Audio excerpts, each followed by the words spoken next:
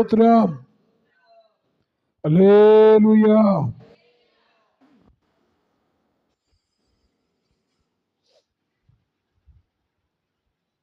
బైబిల్లో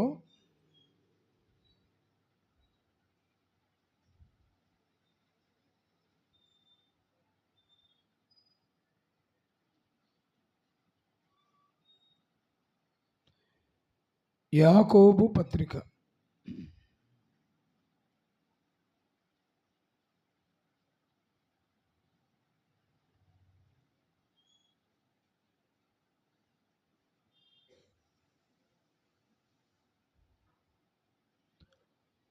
2వ అధ్యాయం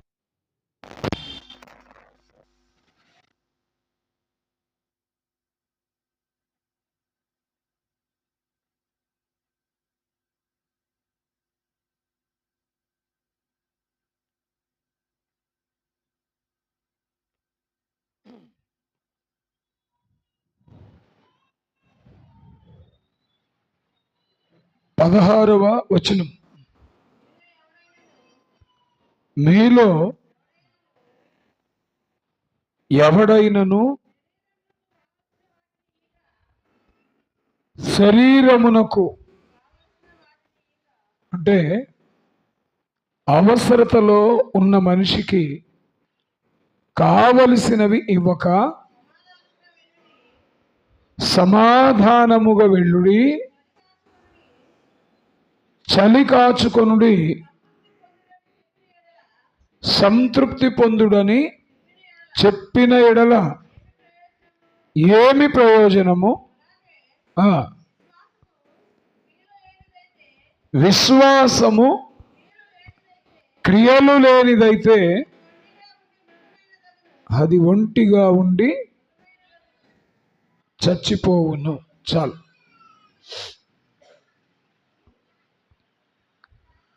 ప్రభునందు ప్రియమైనటువంటి విశ్వాసులు, సంఘబిడ్డలు,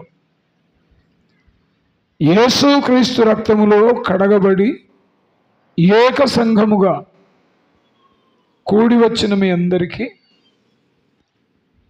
యేసు ప్రభు దివ్య ప్రశస్త నామంలో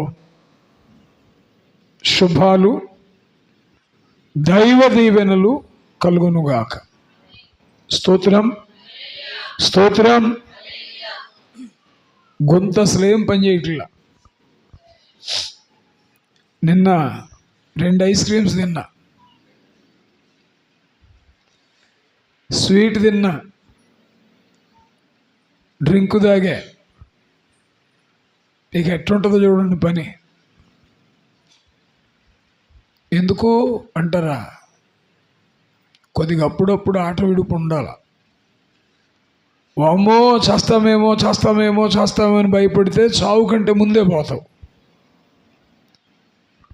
కొన్ని విషయాలకు భయపడాలా, కొన్ని సందర్భాల్లో భయపడాలా.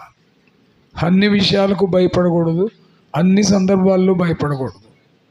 ధైర్యం ఉండాలి, భయం కూడా ఉండాలి. జాగ్రత్త ఉండాలి, తెగింపు ఉండాలి. కాకపోతే బ్యాలెన్స్ చేసుకోవాలి. ఏ పరిస్థితినైనా బ్యాలెన్స్ చేసుకోవాలి. ముఖ్యంగా మైండ్ కంట్రోల్లో ఉంటే శరీరానికి వెళ్ళేటువంటి ఆజ్ఞలు కూడా కన్ఫ్యూజన్ లేకుండా ఉంటాయి. మైండ్ కనుక గతి తప్పింది అనుకోండి, మనసు గతి తప్పింది అనుకోండి, బ్యాడ్ సిగ్నల్స్ వెళ్ళిపోతాయి. 180 వెళ్ళిపోతాయి. మైండ్ కన్ఫ్యూజ్ అయితే మనిషి అవుట్. అందుకు అప్పుడప్పుడు పులిని పెట్టాం బోన్లో, రోజు ఆకుకూరలు వేస్తున్నాం అనుకోండి, తేడా పడిందంటే నిన్నే తినేసిద్ది. అసలు పూర్తిగా ఆపకుండా అప్పుడప్పుడు కొంచెం మాంసం తగిలిస్తే ఊరట. అందుకని నాకు అవకాశం దొరికింది, ఎలాగూ 3 అయింది తినబోయేపాటికి. ఇంట్లో వాళ్ళు, సంఘబిడ్డలు తిట్టకుండా కొనుక్కోకుండా షుగర్ డౌన్ అయిద్దని ఒక కారణం ఉంది.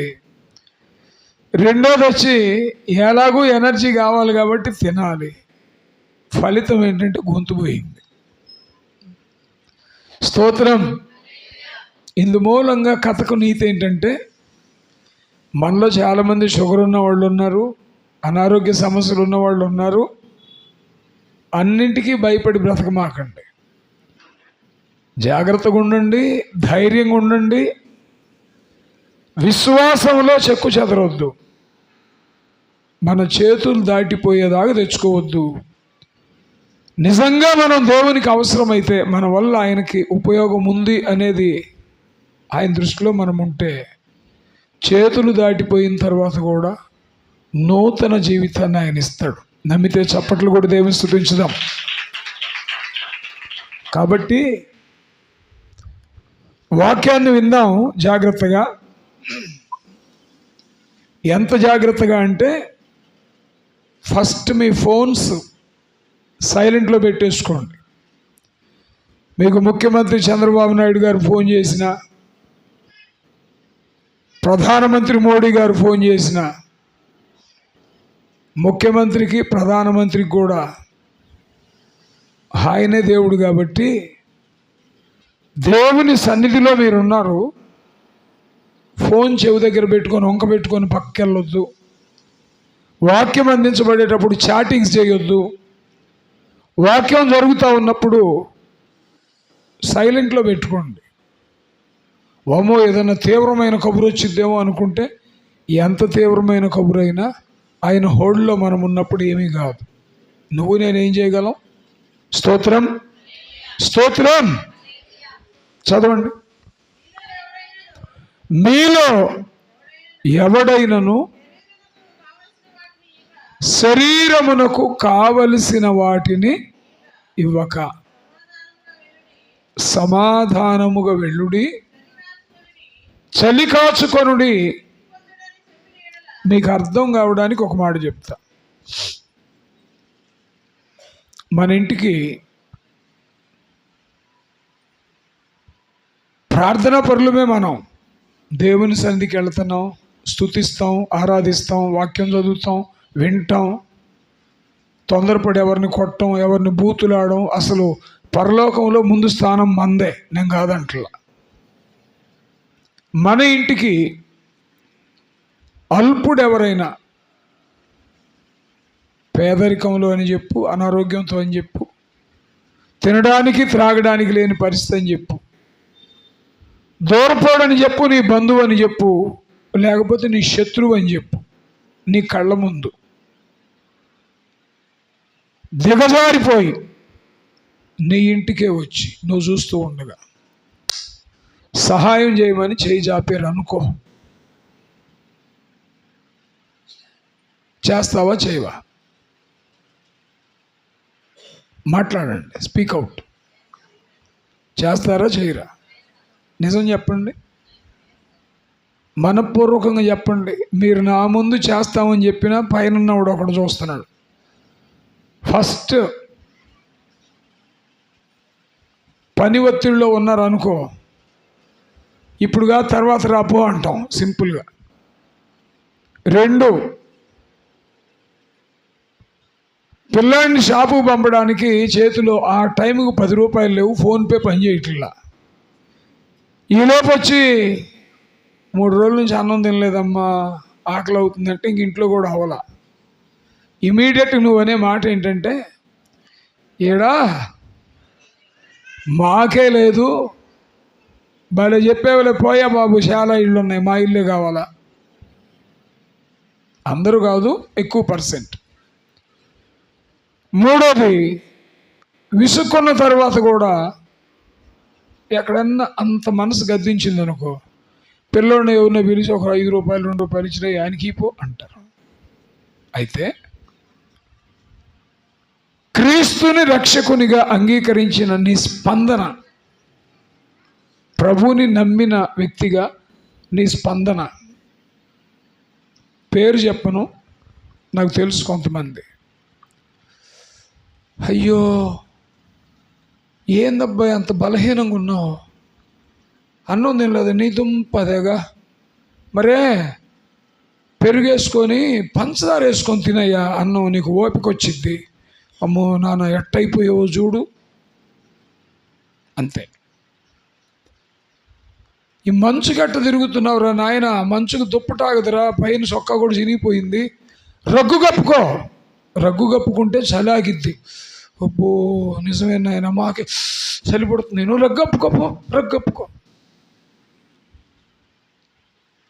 మంచినీళ్ళ ఈ చలికి నీకు మంచినీళ్ళు ఏమి ఆగుతీరా నాయన, కాఫీయో టీయో తాగు పోబ్బాయ్ పో, పాపం చాలా రోజుల నుంచి తినలేదంట. ఏం పర్లా, దేవుడు నీకు తోడుకున్నాడు, కాపాడుతాడు. నా మాటి నెల్లు, మంచులో తిరగమాక, అయిపోయింది. అదే చెప్తున్నాడు, సమాధానముగా వెళ్ళు, మంచుకు తిరగమాక, చలి వచ్చిద్ది, రోగం వచ్చిద్ది, వేడి కలిగేలాగా ఏ చలిమంట దగ్గర కూర్చో,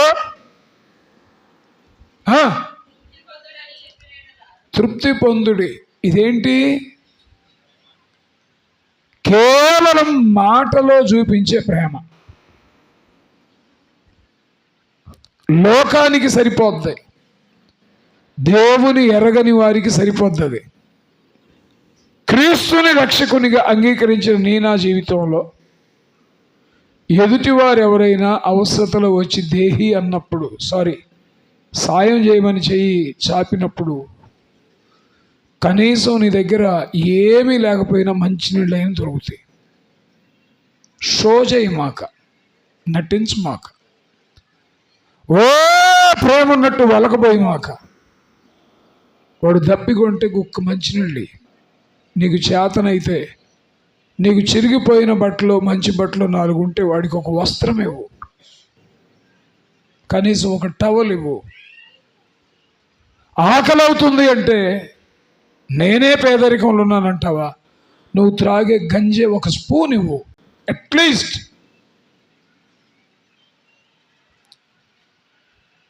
యేసుక్రీస్తునందు విశ్వాసం కలిగిన మనం, విశ్వాసము ఒక్కటే ఉంటే చాలదు, విశ్వాసముతో పాటు చెప్పాలి, విశ్వాసముతో పాటు గట్టి చెప్పండి, క్రియలు ఉండాలి. క్రియ లేదనుకోండి, క్రియలేని విశ్వాసము ఒంటిగా ఉండి అది మృతమవుతుందంట. పేరుకే నువ్వు విశ్వాసివి, దేవుని దృష్టిలో విశ్వాస శూన్యత. నిజంగా దేవుని పట్ల విశ్వాసం కలిగి ఉంటే, సింపుల్గా చెప్పేదా సింపుల్గా, బాప్తిజం పొందిన వారు ఒకసారి చేయి పైకి ఎత్తండి.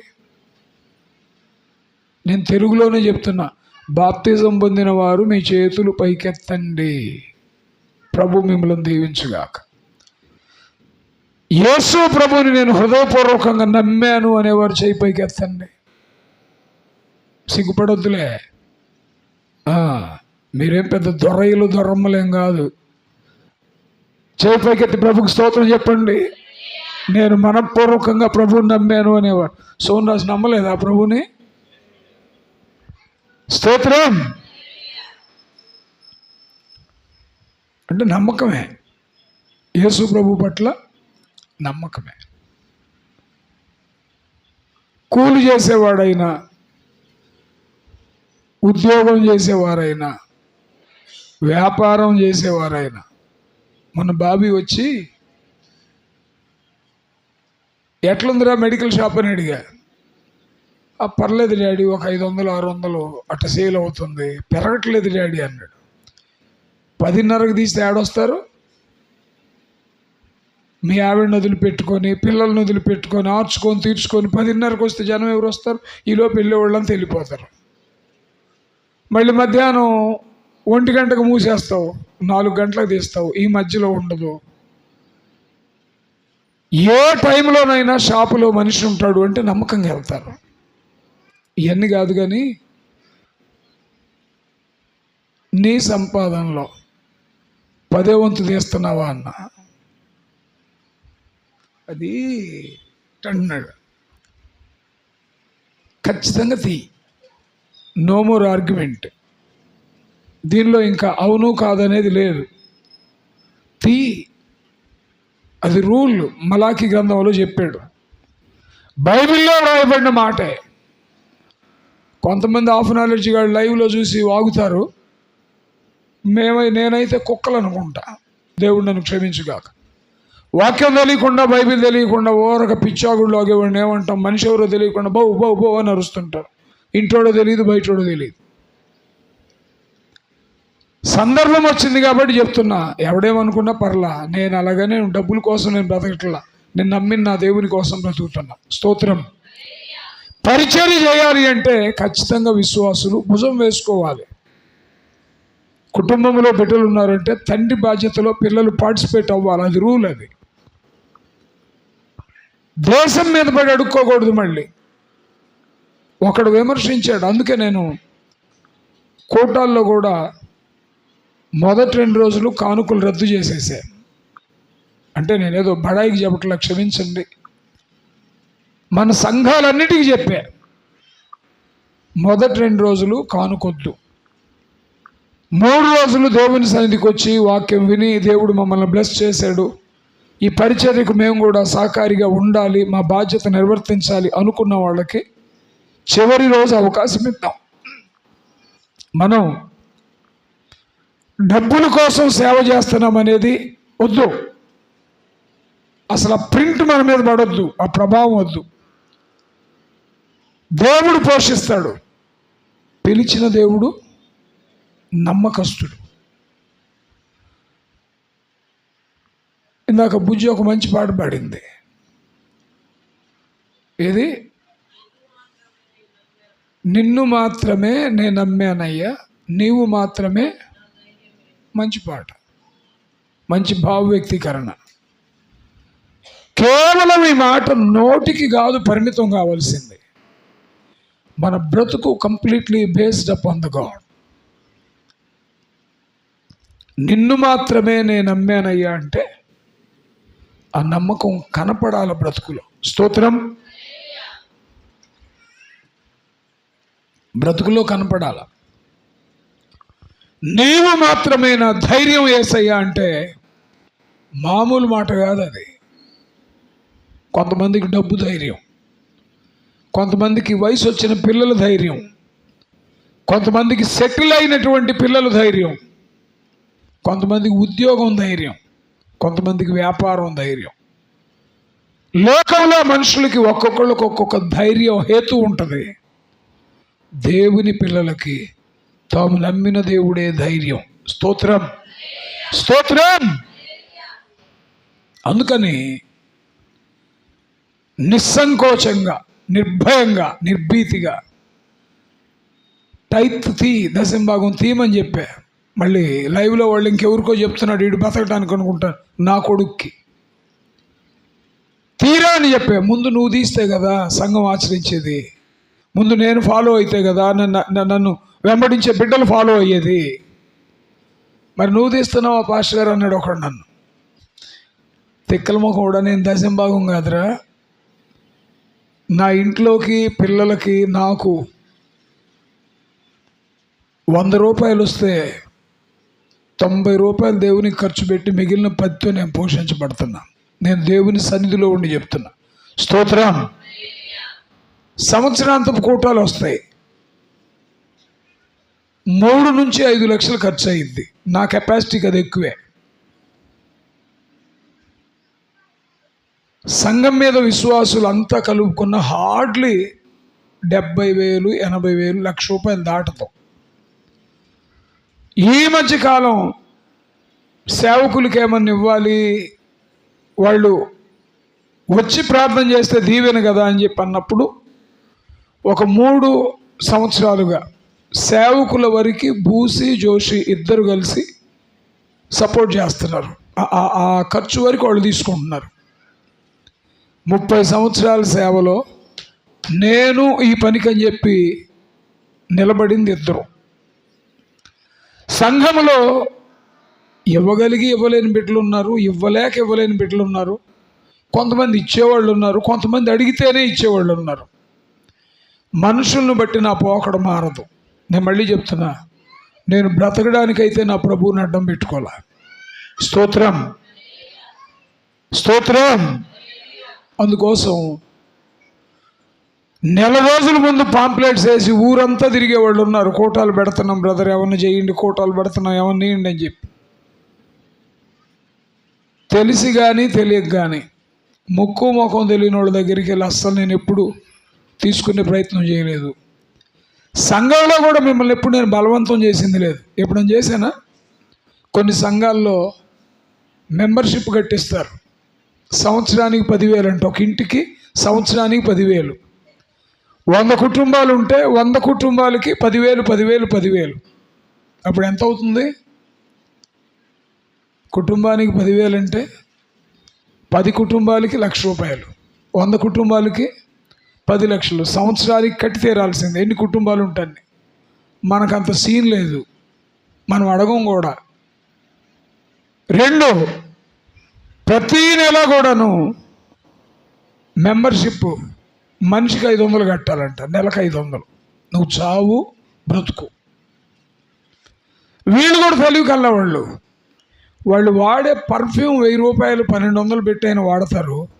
సంఘంలో దైవజనుడికి ఇచ్చే 500 మాత్రం బయటికి వెళ్ళి అనాలిసిస్ చేస్తారు, బయట స్కాన్ చేస్తారు. ఆయన ఏంది 500 ఇవ్వమని డిమాండ్ చేస్తున్నాడు? లేనప్పుడు ఎవడు పెట్టమన్నాడు ఆయన్ని? 500 అంటే ఊరికి ఎక్కడి నుంచి వస్తాయి? వీడు పర్ఫ్యూమ్ కొడుకుంటాడు 1,200, 1,500. గుర్తుపెట్టుకోండి, అందరూ సేవకులు ఒకలాగా ఉండరు. అందరూ పొట్టపోషణ కోసం బ్రతకరు. అందరూ మనుషుల మీద ఆధారపడి బ్రతకరు. రోషం కలిగిన వారు కొద్దిమంది అయినా ఉంటారు దేవుని కోసం. స్తోత్రం, స్తోత్రం. ఎందుకు వచ్చింది ఈ మాట? ఖచ్చితంగా నువ్వు టైత్ తీరా అని చెప్పేవాడికి. నువ్వు దశమాంసం తీయి, మనిషి చెప్పిన మాట కాదు. దీని చేసి మీరు నన్ను శోధించిన ఎడలా,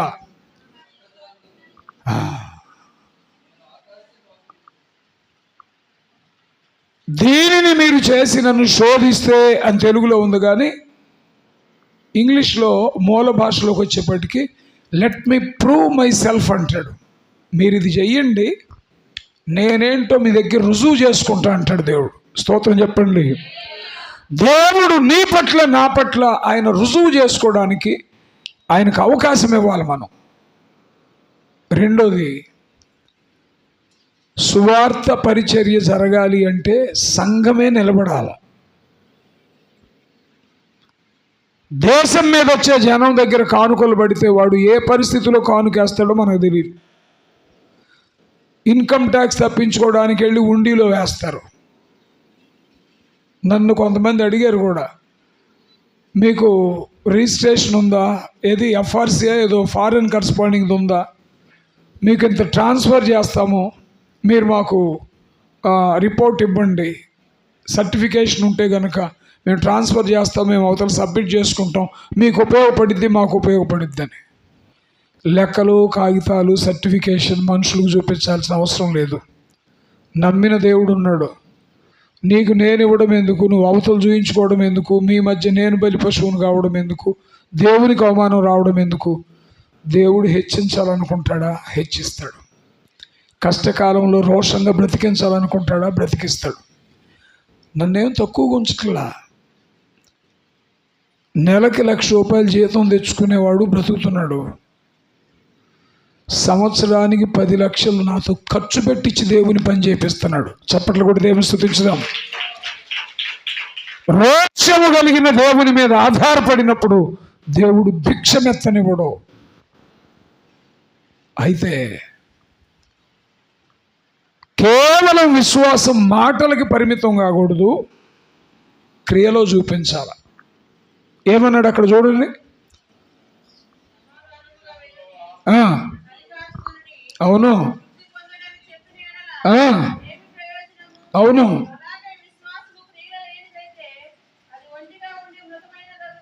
విశ్వాసము క్రియలేనిదైతే అది ఎన్నో వచనం అది. అలాగే విశ్వాసము క్రియలేనిదైతే అది ఒంటిగా ఉండి, అంటే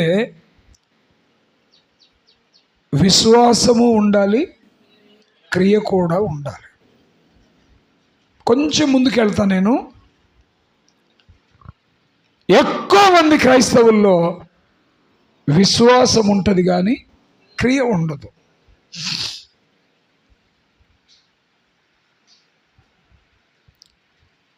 ఇది నీ పిల్లలను సమకూర్చువాడవయ్యా, అదేనా? నీ పిల్లలకు ఎవరికి అంటే అప్పుడు మనం ఎట్లా బ్రతకాలి? ఆయన సమకూరుస్తాడు, కృప చూపుతాడు.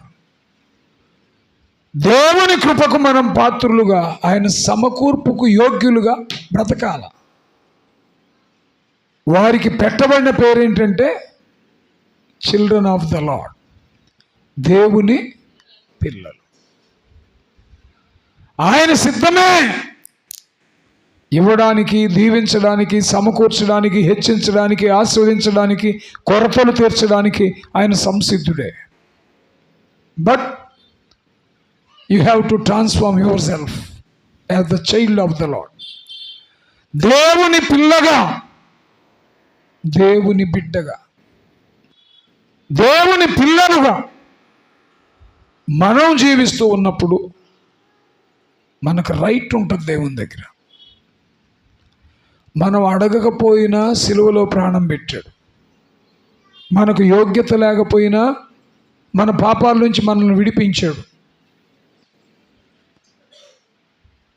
శాపముతో కొట్టమిట్టాడుతూ ఉన్న మనల్ని ప్రేమించి రక్తాన్ని క్రయధనంగా పోసి మనల్ని కాపాడుకున్నాడు.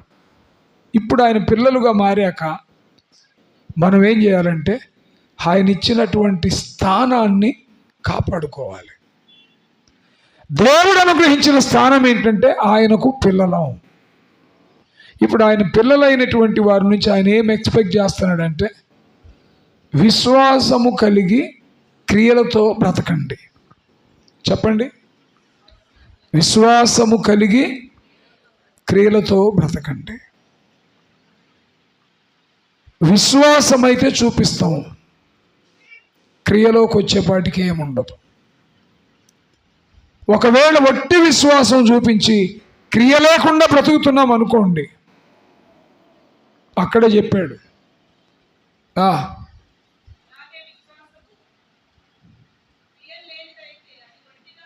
19వ వచనం చదవండి. దేవుడొక్కడే అని నీవు నమ్ముచున్నావు, అలాగు నమ్ముట మంచిదే. దయ్యములను నమ్మి, ఇప్పుడు చెప్పు, దేవుని పిల్లలకి నమ్మకం ఒక్కటే చాలదు, విశ్వాసం ఒక్కటే చాలదు. మనం ఎలాగుంటున్నామంటే కేవలం దేవుని నమ్మాము అని చెప్పుకుంటున్నాం కానీ క్రియలోకి వచ్చేపాటికి శూన్యం. క్రియ లేకుండా విశ్వాసం ఉంటే దయ్యాలకి మనకేమన్నా తేడా ఉందా? దయ్యాలకు కూడా దేవుడు అంటే నమ్మకమే. నేను ఇంకో మాట చెప్తున్నాను, రాసి పెట్టుకోండి. దయ్యాలు ప్రార్థన చేసిన దేవునికి, అయ్యా మమ్మల్ని నశింపజేయొద్దు, నువ్వు ఆజ్ఞాపిస్తే ఆ పందుల మందలో పోయి పడతావు నాయనా, మాకు ఆజ్ఞాపించని వేడుకున్నాయి. ఏమన్నాడు ఆయన? డిస్మిస్ చేసాడా? వాటి ప్రార్థన విని అవకాశం ఇస్తే అవన్నీ వెళ్ళి పందుల మందలో పడితే అవి ప్రపాతములో పడి మునిగి చచ్చిపోయాను అని రాయబడింది. దయ్యాల ప్రార్థన అయినా దేవుడు విన్నాడు. What about you and me? What about our prayers? నీవు నేను చేసేటువంటి ప్రార్థన దేవునికి ఇంపుగా అనుకూలంగా ఉంటుందా? మళ్ళీ మొదట్లోకి వస్తున్నా. విశ్వాసం ఉందని చెప్పి క్రియ లేకపోతే వ్యర్థం. ఏ విషయంలో క్రియ ఉండాలి? దేవుని పట్ల ఎట్టి విశ్వాసం నువ్వు కలిగి ఉన్నావో దానిని చూపించాలంటే క్రియ ఉండాలి. మల్టీ టాలెంటెడ్ సర్కస్ చేసే ఒకడు ఓ ప్రాంతానికి వచ్చాడు. ఇటువైపు కొండ ఉంది, ఇటువైపు కొండ ఉంది. కొండ మధ్యలో జలపాతం. సుమారుగా 1000 అడుగుల హైట్ ఉంటాయి కొండలో. దాని లోపల జలపాతం. ఆ కొండకి ఈ కొండకి మధ్య 1 కిలోమీటర్ ఉంటుంది దూరం అనుకోండి. ఆ కొండ నుంచి ఈ కొండకి సన్నటి తీగ కట్టించాడంట. తీగ కట్టి అటు నుంచి ఇటు నుంచి జనాన్ని పోగు చేసి, ఈ తీగ మీద నడుచుకుంటా నేను ఆ కొండకి వెళ్ళి మళ్ళీ వస్తాను, నమ్ముతారా అన్నాడంట. గుండె ఆగిపోయినంత పని అయింది చూసేవాళ్ళకి. ఏంటది? కర్రలు కట్టి నడవటం కాదు, 1 5 అడుగుల హైట్లో జలపాతం మీద 1000 అడుగుల హైట్లో. ఆ చివరికి వెళ్ళి చివరికి వస్తాం, ఎవరిని దొంపదగా సత్తావురా ఎందుకని చెప్పి తిడుతున్నారు కొంతమంది కళ్ళు మూసుకుంటున్నారు, ఏమన్నాయో మేము చూడలేమని. చూస్తూ ఉండగానే చేతులు ఇలా బార చెప్పుకున్నాడు, అవతలకి వెళ్ళాడు, మళ్ళీ నడుచుకుంటూ అవతలకు వచ్చాడు. చప్పట్లు, హర్షధ్వనాలు. ఓ నాయన, ఈ మనిషి కాదు దేవత, దేవుడని ఎత్తిపడేస్తున్నారు. ఆగండి ఇంకా అవలా. 25 కేజీలు మూటలు 2 ఈ భుజాన్ని పెట్టండి, నేను అవతలకి వెళ్ళి వస్తాను అన్నాడు. నోరు తెరుచుకున్నారు ఒక్కొక్కళ్ళు. 25 కేజీలు దొరకలా, 50 పెట్టండి. నెమ్మదిగా అలవాటు ప్రకారం నడుచుకుంటూ వెళ్ళాడు. ఆ చివరికి వెళ్ళాడు, ఈ చివరికి వచ్చాడు. స్తోత్రం. ఈసారి తన భార్యను భుజం మీద పెట్టుకున్నాడు. అమ్మో, ఆమెకి కూర్చోంది చక్కగా. భుజం మీద పెట్టుకొని, అంటే మనలాగా పర్వతాలు కాదులే, ఫారినర్స్ అంటే సన్నగా ఉంటారు, ఫిట్నెస్ ఉంటుంది, ఎక్సర్సైజ్ చేస్తారు, భర్త మోయగలిగినంత ఉంటారు. మనమేముంది, బిర్రుగు తింటాం, నిద్రపోవటం, కొవ్వు నిల్వలన్నీ ఒంట్లోనే ఉంటాయి, మనకి రోగాలన్నీ మనకే. వారిస్తున్నారు, వద్దు వద్దు వద్దు వద్దు కేకలేస్తున్నారు. భుజం మీద పెట్టుకున్నాడు, నెంపాదిగా నడుచుకుంటూ వెళ్ళాడు. అవతలకి వెళ్ళి మళ్ళీ అవతలకి వచ్చాడు. ఇంక ఈసారి దండలేస్తున్నారు, కాళ్ళ కింద దూరుతున్నారు, లేపుతున్నారు, భుజాల మీద ఎత్తున్నారు. రైట్, నమ్ముతారా? నమ్ముతాం. అవతలకి వెళ్ళి వచ్చింది చూసారా? చూడటం ఏంటి నాయనో, నీలో దేవుడు ఆత్మ ఉంది. మా ఆవిడని ఎక్కింది, తీసుకెళ్తావయ్యా. ఒక ఆవిడ కాదు, 2 ఆవిడని నేను తీసుకెళ్తాను. ఇంకోసారి వెళ్ళబోతున్నా. మీలో నమ్మకం ఉన్నవాడు ఎవడో ఒకడు వచ్చి నా భుజం మీద కూర్చోండి, నేను అవతలకి వెళ్ళి యువతలకు వస్తానన్నాడంట. ఆ మాట నీడు చూసేపాటికి ఎటోళ్ళకి వెళ్ళిపోతున్నారు. మొత్తానికి ఒకడు దొరికాడు. రే నువ్వు ఎక్కురా. మా అమ్మకు 3 ఆడపిల్లలు, నేను ఒక్కడనే మగ పిల్లడు. అంటే వాడి ఉద్దేశం ఏంటి? ఏమో పొరపాటున కాలు జారితే సస్తాము. మనుష్యుల నమ్మకానికి క్రియకి అంత తేడా ఉంటుంది. దేవుని గురించి సాక్ష్యం ఇస్తాం, దేవుని ఘనతను కొనియాడతాం, దేవుని గొప్పతనాన్ని చెబుతాం ప్రజలకి. వ్యక్తిగత జీవితంలోకి వచ్చేపాటికి ఎంత అదురో, ఎంత భయమో. విశ్వాసులమని పేరు పెట్టుకొని అవిశ్వాసుల కంటే దారుణంగా ప్రవర్తిస్తాం. స్తోత్రం. ఇప్పుడు చదవండి 20వ వచనం. సరిగ్గా చదవాలా, ఎఫెక్టివ్గా చదవాలా. అది అయిపోయింది, 20వ వచనం అనుకుంటా నేను చెప్పింది మీకు. రైట్.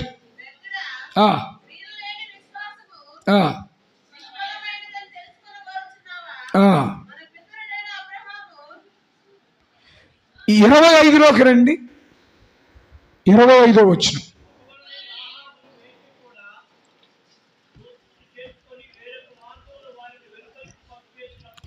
అటువలనే రాహాబను వేశ్య దూతలను చేర్చుకుని వేరొక మార్గమున వారిని వెలుపలికి పంపివేసినప్పుడు క్రియల మూలముగా నీతిమంతురాలని ఒక్క నిమిషం ఆగుదాం. రాహాబు గురించి తెలుసా మీకు? జాగ్రత్త వినండి, సింపుల్గా మీకు అర్థమయ్యేలాగా చెప్తా. రాహాబు ఒక స్త్రీ ఏం పని చేసింది అంటే వేశ్యా జీవితం. డబ్బులు కావాలి, ఎవరితోటైనా తప్పుడు సంబంధం పెట్టుకోవడానికి ఇష్టమే. ఎక్కడ నివసించింది అంటే వేశ్యలుండే ప్రాంతాన్ని, వ్యభిచారం జరిగేటువంటి ఆ ప్రాంతాన్ని రెడ్ లైట్ ఏరియా అంటారు మన దైనందిన వాడుక భాషలోకి వచ్చేపాటికి. రాజుల కాలంలో దూర ప్రాంతాల నుంచి స్ట్రేంజర్స్ వస్తారు, దూర ప్రాంతాల నుంచి వేగుల వారు వస్తారు, దూర ప్రాంతాల నుంచి కొత్తోళ్ళు వస్తారు. కొంతమందికి తిండి, నీరు, ఆహారం కావలిస్తే హోటల్కి వెళ్ళినట్టే వాళ్ళ ఇచ్చలు తీర్చుకోవడానికి వేశ్యాగృహాలు ఉండేవి. రాజుల కాలంలో వస్తూ ఉండగానే గవిని దగ్గరే ఎంట్రన్స్లోనే ఉండేవి ఆ గృహాలు. ఏమి ఇల్లు ఎక్కడుందంటే యెరికో ప్రాకారము మీద. ప్రాకారం అంటే గోడ, మన భాషలో చెప్పాలని ఇంటికి ప్రాకారం ఎలాగో గోడ ఎలాగో యెరికో దేశానికి, ఆ ప్రాంతానికి, యెరికో పట్టణానికి కూడా చుట్టూ ఉన్నటువంటి ఆ గవిని గోడ మీద ఒకేసారి 2 రథాలు, 5 రథాలు, 7 రథాలు ఒకేసారి వెళ్ళగలిగే అంత స్పేషియస్గా ఉంటాయంట.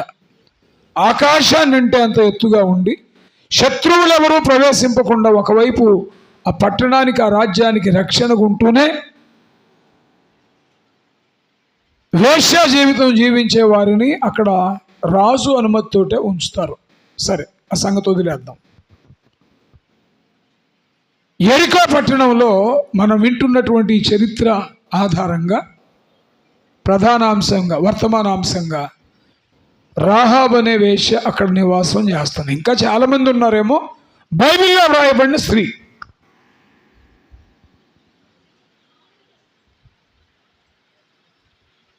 ఇద్దరు వచ్చారు, లేకపోతే ఒక 3 వచ్చారు. సంఖ్య ప్రాముఖ్యం కాదు. వేగులవారు. వేగులవారంటే ఇప్పుడు తక్కువ కానీ, రెండోది మన దాకా రాదు కానీ, ఆ మధ్య పాకిస్తాన్ గూఢచారి సంస్థ ఎవరినో పంపారని హైదరాబాద్లో అరెస్ట్ చేశారు. ఇంకెవరో దేశ విద్రోహక శక్తులు ఎక్కడి నుంచో వచ్చారని చెప్పి వాళ్ళని కూడా అరెస్ట్ చేశారు. ఆ మధ్య తాజ్ హోటల్ బాంబే వాళ్ళు పేల్చివేశారు అక్కడ.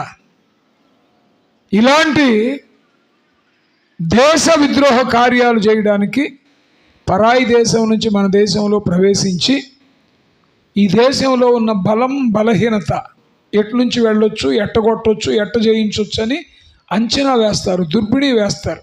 వీళ్ళని వేగులవారు అంటారు. యెహోషువ నేతృత్వంలో వేగులవారు ఆ రాజ్యంలోకి వచ్చారు. ఎందుకు వచ్చారంటే యెరికో పట్టణాన్ని దేవుడు ఇశ్రాయేలీయులకు స్వాధీనం చేస్తానని వాగ్దానం ఇచ్చాడు. ఇప్పుడు యెరికో పట్టణాన్ని మీరు స్వాధీనం చేసుకోవాలంటే ఎటువైపు నుంచి ఎంటర్ అవ్వాలి, ఎటు నుంచి యుద్ధం చేయాలి, వారిని ఎట్ట జయించాలని చెప్పి ఒక అంచనా కావాలి. అంచనా కావాలంటే రహస్యంగా వేగులవారు నా దేశంలోకి పంపాడు. దేశంలోకి వెళ్ళిన తరువాత ఆ నోట ప్రాకి రాజుగారికి వెళ్ళిపోయింది వార్త. ఎవరో క్రొత్తోళ్ళు సంచరిస్తున్నారయ్యా మన ప్రాంతంలో, మన రాజ్యాన్ని వేగు చూడడానికి వచ్చారేమో, మన దేశాన్ని కొల్లగొడతారేమో, ఇదిగో ఈ వైపు వెళ్ళారు, ఆ వైపు వెళ్ళారు అనేపాటికి దేశం మొత్తం అలర్ట్ అయిపోయింది. సైన్యం వెంటాడుతుంది. దొరికితే గొంతు తెగ్గొస్తారు. వీళ్ళు తప్పించుకోవాలి, ఈ దేశాన్ని వేగు చూడాలి, ఇక్కడున్న పరిస్థితులు తీసుకెళ్ళి మళ్ళీ నాయకుడైన యెహోషువకు చెప్పాలి, ఆయన సైన్యంతో వచ్చి యుద్ధం చేయాలి. ఇది జరగాలి. ఈలోగా రాజుకు తెలిసిపోయింది సైన్యం వెంటాడుతుంది వీళ్ళని. వాళ్ళ దేశంలో వీళ్ళు వెళ్తే ఎటు వెళ్ళాలో, ఎటు ఏమవ్వాలో ఏం తెలిసిద్ది? పరుగు పరుగున ఒక వేష ఇల్లు కనపడితే వేష ఇంట్లోకి వెళ్ళిపోయారు. స్తోత్రం. వేష ఇంట్లోకి వెళ్ళగానే సైన్యం వచ్చే లోపు ఈమె ఇంటర్వ్యూ చేసింది వీళ్ళని. మీరు ఎవరు, ఎక్కడి నుంచి వచ్చారు, మీ పరిస్థితి ఏంటి? మేము ఇశ్రాయేలీయులం. దగ్గరగా ఒకసారి చప్పట్లు కూడా దేవుని స్తుతించుదామా? మేము, మా దేవుడు సజీవుడైన దేవుడు, ఆయన ఈ దేశాన్ని మాకు ఇస్తానని చెప్పాడు. దేశాన్ని వేగు చూడడానికి మేము వచ్చాము. ఈలోగా రాజుకు తెలిసిపోయింది, మమ్మల్ని వెంటాడుతున్నాడు. ప్రాణాలు అరచేత పెట్టుకుని ఇంటికి వచ్చామనగానే నేను అనుకుంటా సాగిలపడి ఉంటుంది. ఆమె చెప్పిన సాక్ష్యం, మీ దేవుడు రోషం కలిగిన దేవుడు, మీ దేవుని శక్తి సామర్థ్యాల గురించి నేను విన్నాను. ఎర్ర సముద్రాన్ని పాయలుగు చేసాడని, యోర్దాను నీళ్లు ఏకరాశిగా నిలిపే దేవుడని, పగటి వేళ మేఘస్తంభమై రాత్రి వేళ అగ్నిస్తంభమై తన ప్రజల్ని నడిపించాడని, మీ దేవుని ఔన్నత్యం, మీ దేవుని గొప్పతనం, మీ దేవునికి వచ్చిన ఖ్యాతి నేను విన్నాను. వినినప్పుడు మా గుండెలు కరిగి నీరైపోయాయి. స్తోత్రం, స్తోత్రం. మీ దేవుని శక్తి సామర్థ్యాల మీద మాకు నమ్మకం. నిశ్చయంగా ఈ రాజ్యము మీదవుతుంది. స్తోత్రం, స్తోత్రం. ఈ రాజ్యం మీదవుతుంది. ముందు రండి.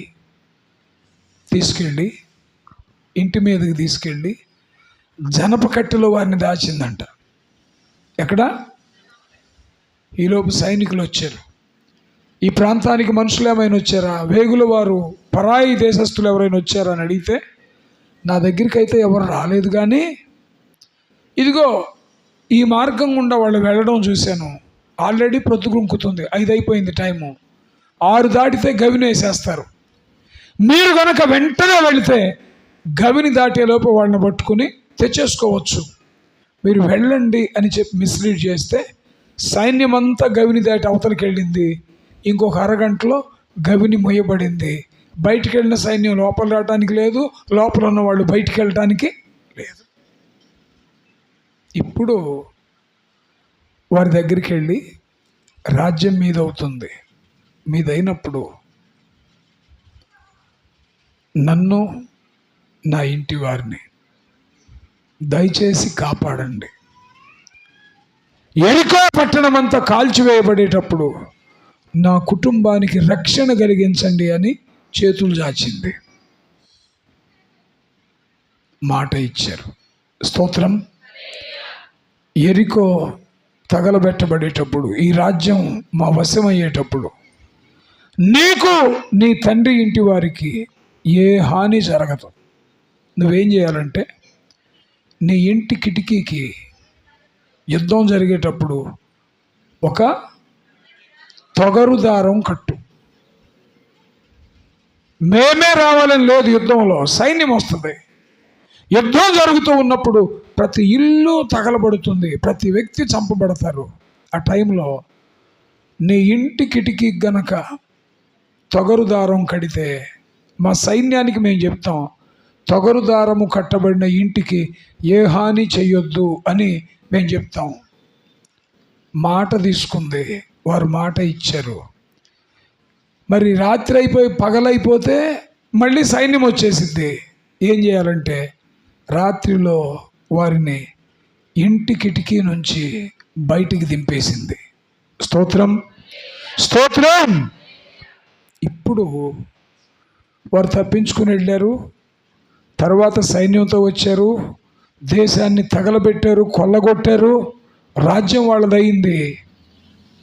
ప్రతి ఇల్లు తగలబెట్టేటప్పుడు తొగరు దారం కట్టినటువంటి ఆ ఇంటిని మాత్రం వారు తాకల. స్తోత్రం, స్తోత్రం. యెరికోని వారు స్వాధీనపరుచుకున్నాక వేగుల వారిని తప్పించిన ఆ స్త్రీకి వారు అభయం ఇచ్చింది కాక ఆమెని ఇశ్రాయేలు ప్రజల్లోకి తీసుకెళ్ళిపోయారు. ఇశ్రాయేలు ప్రజల్లోకి తీసుకెళ్తే వారిలో నాయకుడు ఒకడున్నాడు. ఆ నాయకుని పేరు సల్మాను. ఇశ్రాయేలు నాయకుడు సల్మాను. తమ వారిని ప్రాణములు తెగించి తప్పించిన ఆ స్త్రీ ధైర్యాన్ని, తమ దేవుని పట్ల ఒక వేశ్యకున్న విశ్వాసాన్ని బట్టి సల్మాను హృదయమును దేవుడు ప్రేరేపించగా రాహాబును వివాహం ఆడతాడు. స్తోత్రం చెప్పండి, స్తోత్రం. ఈ రాహాబుకి సల్మానుకి పుట్టినవాడే బోయజు. బోయజుకు పుట్టినవాడే ఓబేదు. ఓబేదుకు పుట్టినవాడే యెషయి. యెషయికి పుట్టినవాడే దావీదు. దావీదుకు పుట్టినవాడే సొలొమోను. సొలొమోనుకు పుట్టినవాడే రెహబాము. రెహబాముకు పుట్టినవాడే అబియా. అబియాకు పుట్టినవాడే ఆసా. ఆసాలో నుంచి వచ్చింది యేసు అమ్మ అయిన మరియమ్మ. చప్పట్లు కొట్టి దేవుని స్తుతించుదాం. అంటే యేసు ప్రభు ఈ లోకంలో కాలు పెట్టడానికి చరిత్రకు ఆధారం నిషేధించబడిన ఒక వేశ్య రాహాబు. నేను ముగింపులోకి వస్తున్నా. ఈమె గురించి బైబిల్ ఏమని చెప్తుందంటే, మాటలతో విశ్వాసం కాదు ఏమో చూపించింది. ఎట్లా? క్రియలో. క్రియలో. ఏమింట్లో దాచింది అనే సంగతి తెలిస్తే ముందు వాళ్ళను కాదు ఏమని చంపేస్తారు. దాచి మళ్ళీ అబద్ధమాడింది అని తెలిసి ఏమైనా ఏమి ఇంటి వారిని సర్వనాశనం చేస్తారు. మరి ఒకవేళ దొరికితే ధైర్యం, తెగింపు. దొరికితే దొరకొచ్చు. చావుకైనా తెగించింది కానీ వేగుల వారిని సైన్యానికి అప్పగించల. తనకు వారు ఆరాధించే దేవుని పట్ల నమ్మకాన్ని చాటింది. ఆ దేవుని పట్ల నమ్మకాన్ని చాటే క్రమంలో వారిని ప్రాణాలకు తెగించి కాపాడింది. ఫలితంగా దేవుడు ఆమెకి ఏమిచ్చాడు చెప్పండి? తత్ఫలితంగా ఆమె ఏం పొందింది చెప్పండి? ఒకటి, దేవుని హృదయములో స్థానాన్ని సంపాదించింది. స్తోత్రం, స్తోత్రం. గట్టి చెప్పాలి, హల్లెలూయా. రెండవది, తన కుటుంబాన్ని కాపాడుకుంది. అవునా కాదా? తన కుటుంబాన్ని విపత్తు కాలంలో కాపాడుకుంది. అందరూ నాశనమయ్యారు కానీ రాహాబుకున్న వేశ్యను బట్టి ఆ కుటుంబం మాత్రం క్షేమంగా ఉంది. మూడవది, యేసుక్రీస్తు వంశములో చేర్చబడి క్రీస్తు జన్మకి మూల స్త్రీగా మారింది. Praise the Lord, praise the Lord. ఒకటి, దేవుని హృదయంలో స్థానం పొందింది. రెండు, కుటుంబాన్ని కాపాడుకుంది. మూడు, యేసుక్రీస్తు వంశం ఈ లోకంలో ఆయన అడుగు పెట్టడానికి ఆమె ప్లాట్ఫామ్ అయింది.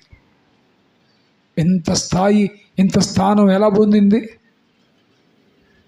విశ్వాసము, క్రియతో కూడా.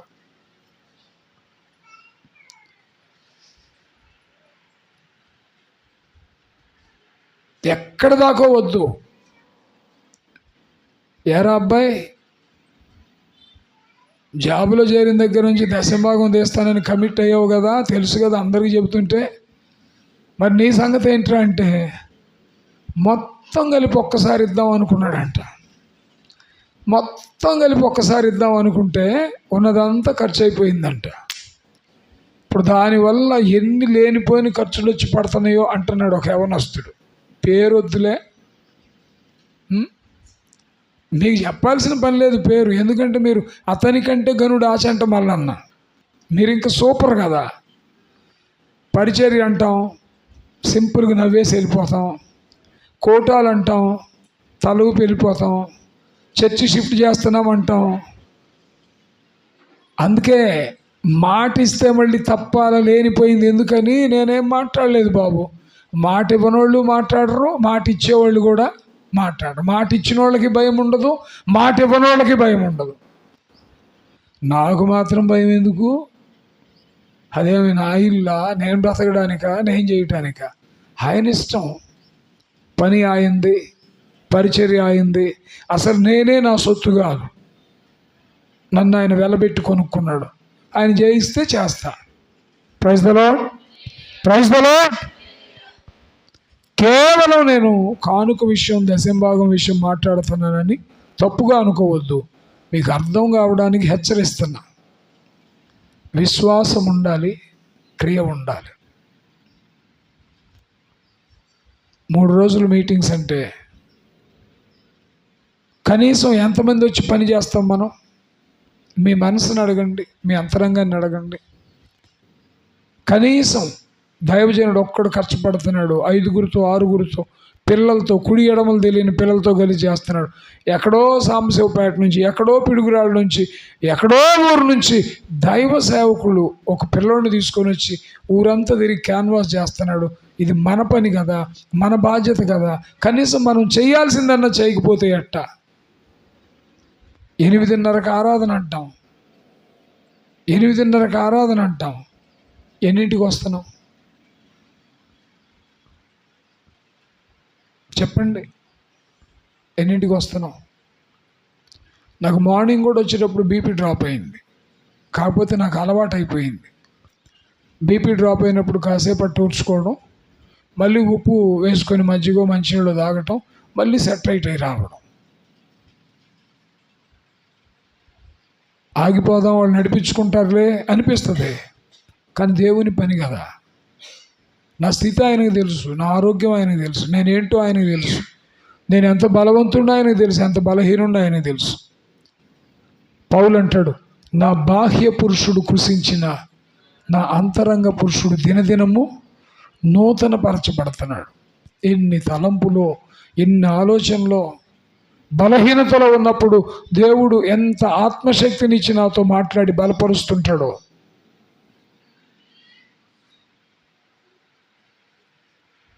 మందిరానికి రావడం కూడా కమిట్మెంట్గా తీసుకోవాలి. రాత్రిపూట కనుక 1 గంట లేట్ అయితే చాలు, మనకి పొద్దున్నే లేగం.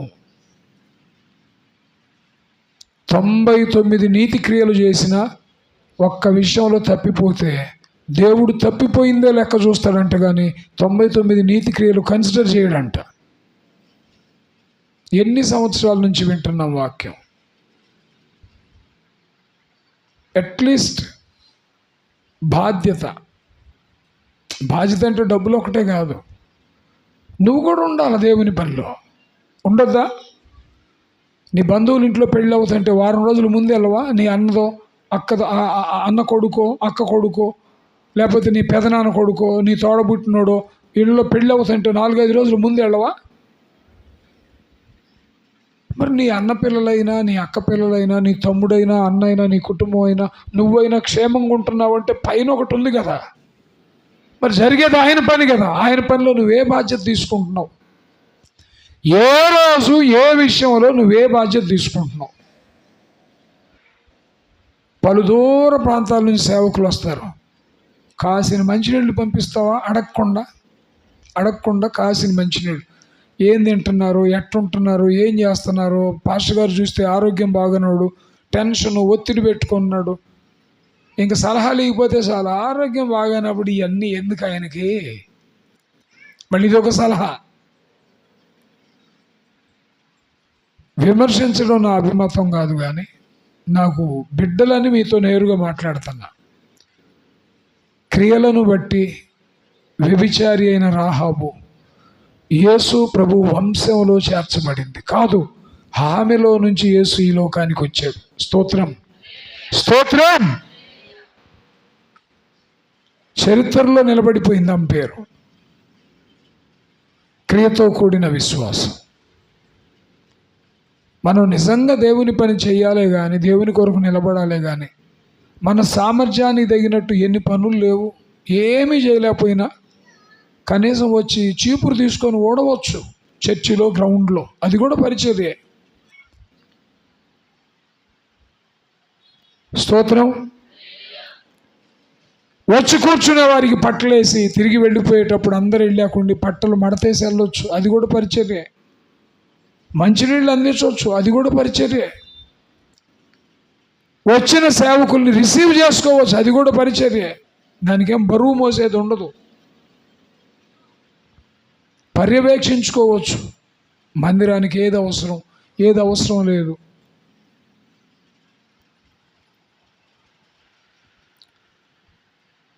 ఉదయం బాగానే మాట్లాడాడంట, గలగల మాట్లాడాడంట వాళ్ళ నాన్న. మధ్యాహ్నం 3 గంటలప్పుడు మెత్తగా పడుకొని ఉన్నాడంట. ఏంటి సంగతి అంటే, పగలంతా బాగానే ఉన్నాడు, నాకెందుకో డౌట్ వచ్చింది, డాడీ అసలు ఎట్టుండడే అని చెప్పి దగ్గరికి వెళ్ళాను. వెళ్ళేపాటికి అప్పటికే పల్స్ డౌన్ అయిపోయింది, ఎక్కడో కొట్టుకుంటుంది.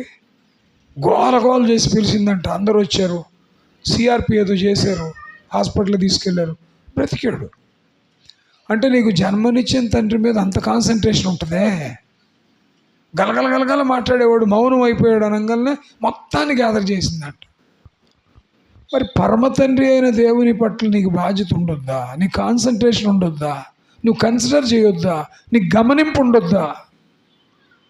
బాధ్యత లేకుండా, గమనింపు లేకుండా ఏదో వస్తున్నాం పోతున్నాం అంటే దానివల్ల నీకేం ప్రయోజనం? నీ కుటుంబానికి ఏం ప్రయోజనం? దేవునికి ఏం ప్రయోజనం?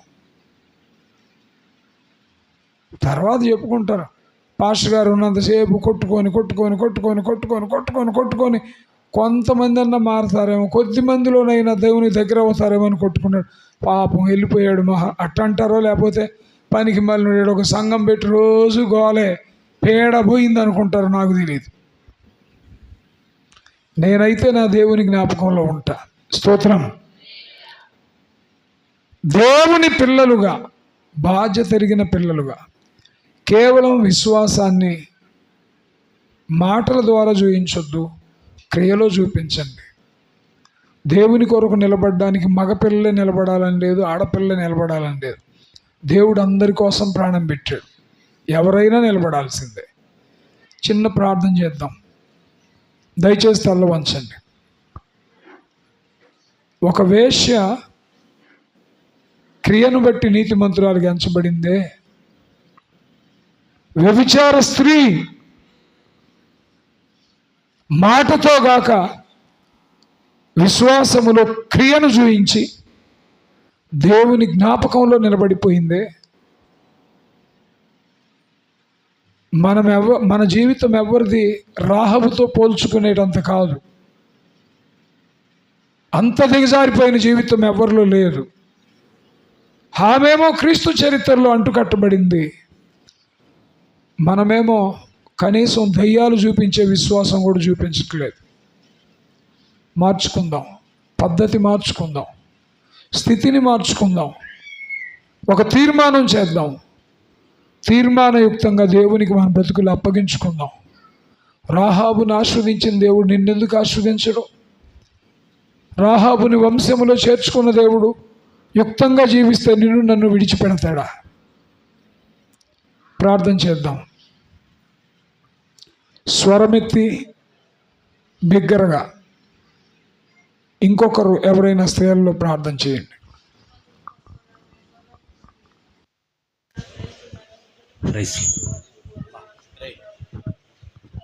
నీకు వందనాలు నాయన, చీము గల దేవా, శివాధిపతి నీకు స్తోత్రం నాయన.